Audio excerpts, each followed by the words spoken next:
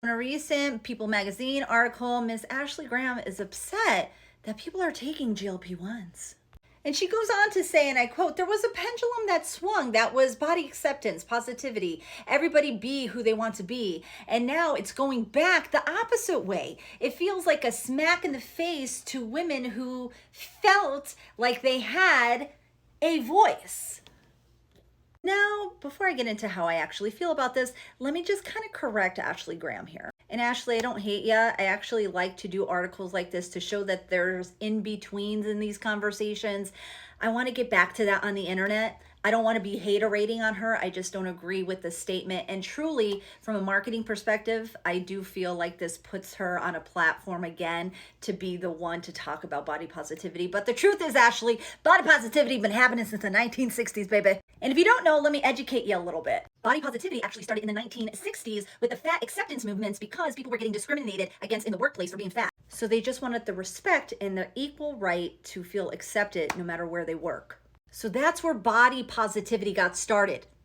Not you, girl. I just want to say it was all encompassing in the 60s too. It wasn't about just plus size people. It was also anybody, if you had a disability, just to be respected and accepted in a work environment. Also, by the way, I was on an early 2000s reality TV show, and me and my castmates were body positive before the movement even made it to the mainstream media, and even before Ashley Graham was even in the media.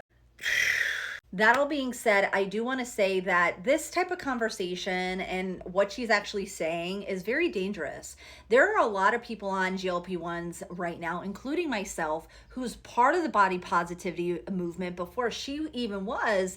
And the truth is that everybody's body is different. And that is true body positivity. Not this idea that this plus size model came about and everybody's like, yes, now we're all accepted. Ashley, I was also a plus size model too. So like way before your time, girl. And yes, you've done great. And I don't have a problem with you, but I do have a problem with this statement. Because for people like me who've had chronic obesity issues and who've always stayed body positive, even in my documentation week to week, that should be the real conversation here. We have to bring people together.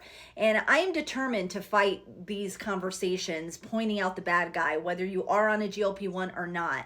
Everybody is different. Ashley, I just wish you could have done better here. I think would have been a moment that you can bring people together and say, yeah, if they're on a GLP-1, they can rock their body. If they want to stay plus size, they can rock their body. And if they want to be thin, whatever they want to be, they can rock their body. And they deserve to have their voice whenever they want, not when someone else has a platform.